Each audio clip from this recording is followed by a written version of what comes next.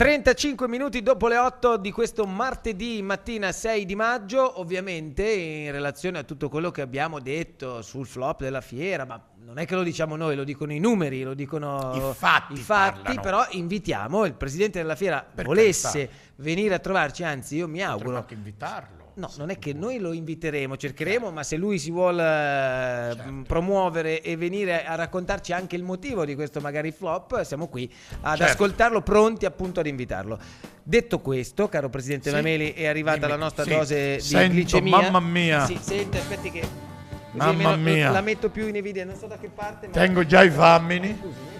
Qui lasci così perché deve toccare, io lo metto in un modo a favore di Camera, tanto lei a favore di Camera non c'è mai stato, lei l'unica cosa che è a favore è la Camera da letto al massimo e basta, quella lì, per andare a schiacciare il sonnellino che ormai io le ho tolto, e anche per allargare il compasso delle emozioni. Esatto, va bene, adesso si faccia un po' più serio perché l'argomento è serissimo oggi con la nostra Rosa Maura Cocco che è qui ed è già arrivata, e quindi la nostra pedagogista che abbiamo conosciuto la settimana scorsa insieme a Daniela Noli, che questa mattina non è con noi, forse lo sarà più tardi, quindi se ce la farà la aspettiamo molto volentieri. Problemino. Parlando di bimbi, parlando di tutto quello che è stato già un percorso in queste settimane, in questo mese appena passato, affrontato con Daniela e poi nell'ultima parte del mese con Rosa Maura, rapporto tra la scuola, i ragazzi, il bullismo, insomma tutto quello che fa parte del mondo dei giovani per l'educazione.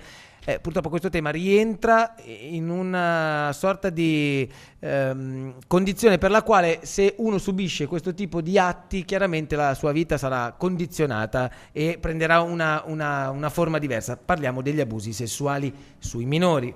Esatto, gli abusi sessuali su minori, diciamo in linea di massima è un tema molto controverso, molto delicato, anche perché ci sono anche opinioni contrastanti riguardo a questo tema e soprattutto c'è una forte chiusura, diciamo pure ignoranza, non per tutti, ecco, non voglio generalizzare, ma in primis c'è la difficoltà da parte delle vittime, anche se piccole, di raccontare, perché allora c'è una grossa difficoltà a raccontare l'episodio, soprattutto perché diciamo il 90% degli abusi sessuali, parliamo di abusi sessuali su minori, vengono perpetrati all'interno della cerchia familiare e amicale. Qua hai detto circa il 90% degli abusi, sì. No, ma questo è un dato che mi fa rabbrividire, angoscia, pensando che il nucleo familiare dovrebbe essere all'interno della famiglia, il luogo dove la culla, il luogo dove uno dovrebbe essere più protetto. Esatto, il motivo è proprio questo, perché se ecco diciamo il luogo comune, la credenza generale è quella che il famoso pedofilo, o diciamo in maniera più tecnica l'abusante, sia una persona esterna, quello che uno incontra in pullman piuttosto che adesca i bambini il famoso nei parchi. Non accettare caramelle dagli Bravissimo, estranei. Invece adesso bisognerebbe dire proprio non accettare caramelle da quelli conosciuti. Sì, a quanto pare sì. Bisognerebbe insegnare ai bambini a non accettare caramelle dalle persone conosciute. Ma il 90% è una cifra esagerata, cioè fa pensare che una famiglia su quasi due... il 90% degli abusi, non il 90% delle famiglie. No, degli abusi, certo, però dico esatto. In famiglia, una famiglia su due potrebbe aver dentro... Potrebbe, sì, assolutamente, anche nella cerchia amicale. Il problema è proprio lì. I ragazzini, i bambini non parlano proprio per questo motivo, perché spesso diciamo l'abusante è un amico dei genitori, è una persona di cui i genitori si fidano e quindi diciamo il bambino ha anche dei sensi di colpa, soprattutto perché al giorno d'oggi parlare di sessualità sembra quasi è un qualcosa di osceno, sembra di parlare a luci rosse. Certo, invece c'è difficoltà nel preparare i bambini, c'è difficoltà nel parlare con loro nel tema della sessualità e quindi anche di prepararli. E quindi io sono rispettosissimo per esempio della Chiesa, io lo sono anche un cristiano molto laico su molte cose, poco praticante. Sì, ho dei valori ben definiti, un grande rispetto, però un'accusa che sovente faccio a Pretti, non ho vergogna, quello di essere molto chiusi su temi del genere. Se anche la Chiesa fosse più aperta, concorrerebbe ad emancipare ed aprire anche la coscienza dei giovani e dei bambini. Allora Dico sì, bene? sono assolutamente d'accordo, non sono tutti così, ecco, non generalizziamo, perché No, io diciamo non generalizzo. le nuove generazioni anche di sacerdoti si stanno manifestando, stanno manifestando un una passo maggiore avanti. apertura Già un passo da questo avanti. punto di vista. Io Assolutamente. leggevo tempo fa che proprio mi sembra a Cagliari in Sardegna c'era l'idea di introdurre l'educazione sessuale. Allora, È già così? da ora assolutamente sì, però c'è diciamo, l'assoluto bisogno di progetti mirati a 360 gradi, cioè di prevenzione primaria, secondaria e terziaria, come vengono chiamati, Sì. perché l'educazione sessuale, molte volte, anche quando si interpellano insegnanti, loro dicono ma già la facciamo, non è la stessa cosa. Sì, però Perché faccio una le domanda, scusa Rosa Maura, Certo. tu che lavori con la scuola, con i ragazzi, sei pedagogista, quindi insomma l'educazione ce l'hai come valore intrinseco al tuo mestiere. Tutti, io per primo non è che abbia mai chiesto a mia madre come funzionasse, sicuramente le femmine sono quelle che hanno questo tipo di rapporto con madri o padri, ma soprattutto madri che hanno quel tatto, quella capacità di sapersi interfacciare con i propri figli anche su temi che sono così tanto imbarazzanti e complicati. È giusto farlo, però quanto la scuola debba prendersi il carico di questa cosa? Perché secondo me deve essere proprio la famiglia, poi alla fine nasce Ok. dall'esperienza tra amici e ci si scambia e ognuno di noi si forma attraverso delle esperienze. È vero che ci vuole qualcuno che ci dia delle dritte, Sì. delle regole e dei consigli fondamentali, ma io vedo nella scuola molto complicato questo tipo di opera, perché un insegnante si troverebbe a dover parlare di quelle cose che dici tu imbarazzanti con degli alunni che oggigiorno secondo me gli riderebbero in faccia più che altro. Allora, sicuramente, diciamo così, sicuramente l'educazione in tutti i campi deve partire dalla famiglia, ma in questo Cellula caso primaria, certo. l'educazione deve anche essere rivolta alle famiglie, perché, come dicevo prima, le famiglie non sono preparate, diciamo, in toto a fornire questo tipo di formazione. Sicuramente deve iniziare dalla famiglia, però oltretutto, ecco, quello che dicevo prima, ci sono delle credenze contrastanti, perché il pedofilo è sempre la persona estranea, piuttosto che sicuramente in casa mia non succede niente, oppure sono cose assolutamente rare e sporadiche. Ecco, tutto questo non è vero, quindi anche le famiglie, diciamo che c'è la necessità di un'educazione sociale rivolta alle scuole, rivolta ai genitori. Certo. Ok, bisogna, diciamo, è difficile trovare o andare a fare la caccia alle streghe, quindi stanare Certo. i famosi pedofili, Condivido. ok? E diciamo auspicare la famosa castrazione chimica piuttosto che il carcere a vita, perché non si risolve niente. No. È importante, è molto meglio quindi diciamo addestrare le vittime a riconoscere quelli che sono diciamo, i segnali di rischio e sapersi difendere. Ripartiamo Detto da qua, ti devo fermare perché abbiamo la pubblicità, Sì. Tra poco torniamo e avremo come al solito una telefonata che ci stacca un po' da questo argomento importante, ma col quale poi andremo avanti fino quasi alla chiusura di quest'ora. Se volete intervenire, come sempre 391 414 2741, tema forte, gliel'avevo detto, quello di questa Sì, mattina sì. con Rosa Maura Cocco grosso problema. e con Grosso Daniela Noli problema. a distanza, diciamo, la salutiamo lo distanza. stesso a distanza, magari ci raggiunge prima della fine dell'intervento, ma a questo punto non lo Credo so. di no. Torniamo tra poco, c'è la pubblicità, state con noi.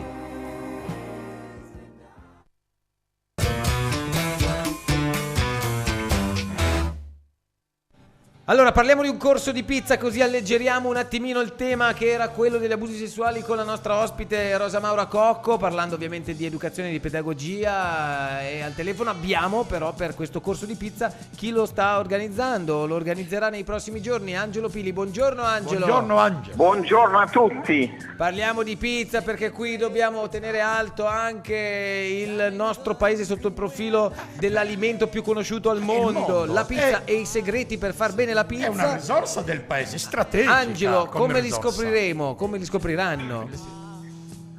Sì, allora, noi sabato 24 facciamo questo corso di pizza, è un corso base pratico dove tutte le persone si cimentano nella preparazione della nostra famosa pizza, perciò dalla pizza margherita in poi.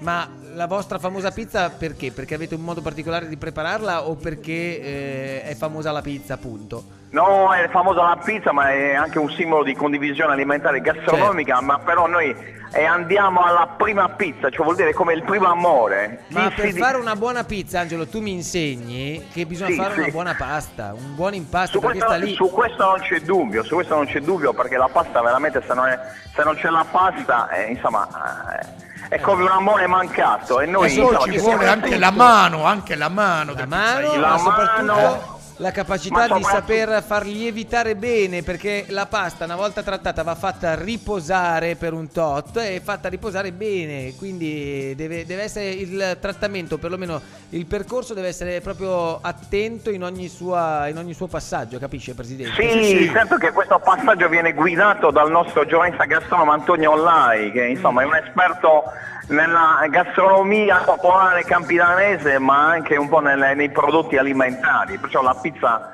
chi meglio di una persona di questo genere potrebbe veramente insegnare agli altri come fare la pizza. Bene, ma per iscriversi come si fa? Se uno volesse iscriversi, allora, che deve fare? C'è il mio numero di telefono 340 360 2365, va bene, o mandare una mail di partecipazione a redazione AP senza lei @gmail.com. Va bene, hai dato Parte un il po' 24. di contatti. Sì, il 24 a che ora?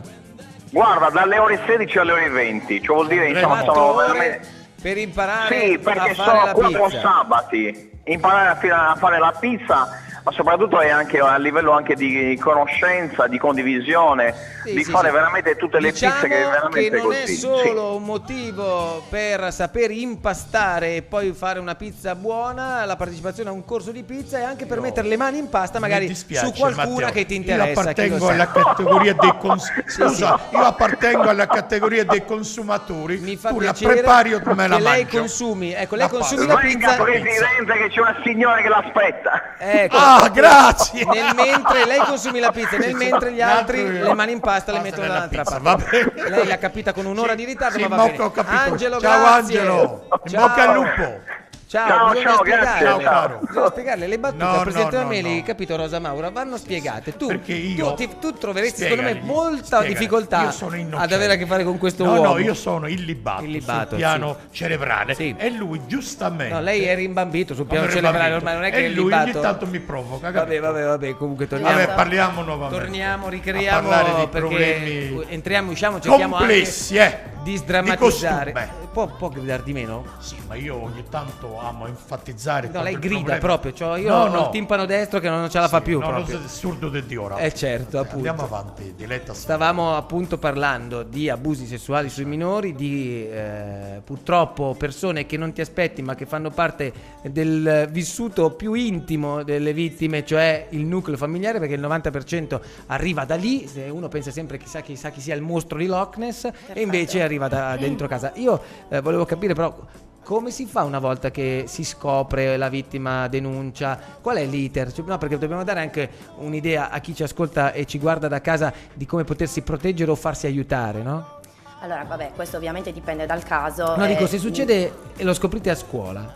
A scuola Nel senso, un bambino utilizza magari la pedagogista piuttosto che l'insegnante per denunciare questa cosa. Allora, nel momento in cui ovviamente c'è una diagnosi di abuso conclamato, Sì. ecco, a quel punto entra in gioco uno psicologo o uno psichiatra, oltre che ovviamente forze dell'ordine, avvocati in tribunale, perché ovviamente passa immediatamente la Certo. denuncia in procura, ok, e quindi c'è Sostegno, l'apertura delle totale indagini. sostegno. Alla vittima. Diciamo che c'è una sorta di accordo condiviso tra il Tribunale dei minori, che cerca di proteggere la vittima, e ovviamente il Tribunale ordinario, che invece sta dando la caccia al reo.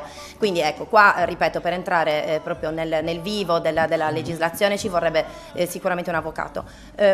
Dipende dai casi, a volte si mette in pratica un allontanamento del bambino. Per esempio si scopre a scuola, ci sono, adesso non mi ricordo quale sia il procedimento e la legge, comunque c'è un provvedimento immediato di allontanamento, oppure altre volte si conducono delle indagini, diciamo con un minimo di rischio si fa tornare il bambino a casa. Questo però si parla degli abusi Rosa Maura, in famiglia, genitori. Poco fa, prima Sì. di rientrare in diretta, mi dicevi: io sono stata a Milano, ho fatto dei corsi, però qui in Sardegna è complicato abbattere quella barriera di concetto che risulta poi l'impedimento principale per far sì che a scuola si possa trattare, o perlomeno l'educazione arrivi anche a parlare di sesso, perché chiaramente fa Esatto. parte della vita di tutti i giorni. Diciamo che qualcosa c'è, qualcosa si sta facendo, però qua in Sardegna non è abbastanza diffuso. A Milano sì, io ho partecipato ai progetti di prevenzione contro l'abuso sessuale con l'associazione L'Ombelico di Milano, che segue le linee guida di Alberto Pellai. Il dottor Alberto Pellai è un medico igienista che da anni si occupa della prevenzione. In questo ha vinto anche la medaglia d'argento dal Sistema Sanitario Nazionale, sì, per la salute, diciamo, per la prevenzione. Insieme a loro, diciamo, grazie a loro ho imparato, diciamo, un po' il mestiere, ecco.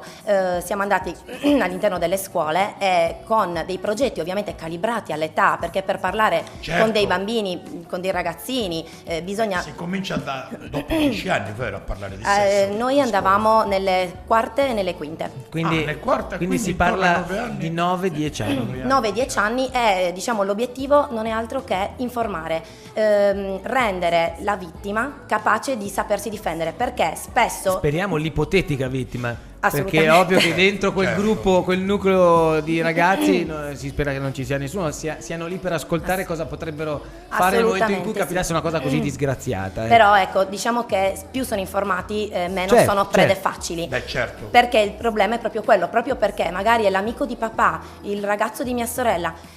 Un ragazzino non sa in effetti cosa sta capitando e ha paura di dirlo ai genitori, perché ha paura di essere sgridato, Certo. ha il senso di colpa, non può Di non immaginare essere creduto, vero? di non essere creduto, non può immaginare che lui non ha nessuna colpa di questo e quindi non parla, continuando di fatto il gioco dell'abusante. Allora io direi che abbiamo capito assolutamente, sì. il fenomeno non è nuovo, No, per però abbiamo carità. capito che in Sardegna si sta in qualche maniera cercando di arrivare a un dunque per dare gli strumenti ai ragazzini, alle vittime, agli abusati di potersi difendere, appunto. Ringraziamo Rosa Grazie. Maura Cocco, ci Cara ritroveremo amica, sì. poi nelle prossime settimane, anche perché sono tanti i temi che ci va e ci piace affrontare, per dare dei consigli anche alle mamme, ma non solo, per dare dei consigli per quanto riguarda l'educazione in generale, perché poi di questo tratta un pedagogista. insegnanti io ci metto No, ma tutti, il pedagogista, l'abbiamo detto con Daniela Noli Chiesa, all'inizio, tutti. non è che si rivolge solo ai bambini, si Esatto. rivolge un po' a tutti, perché certo. non fa parte solo dell'educazione infantile.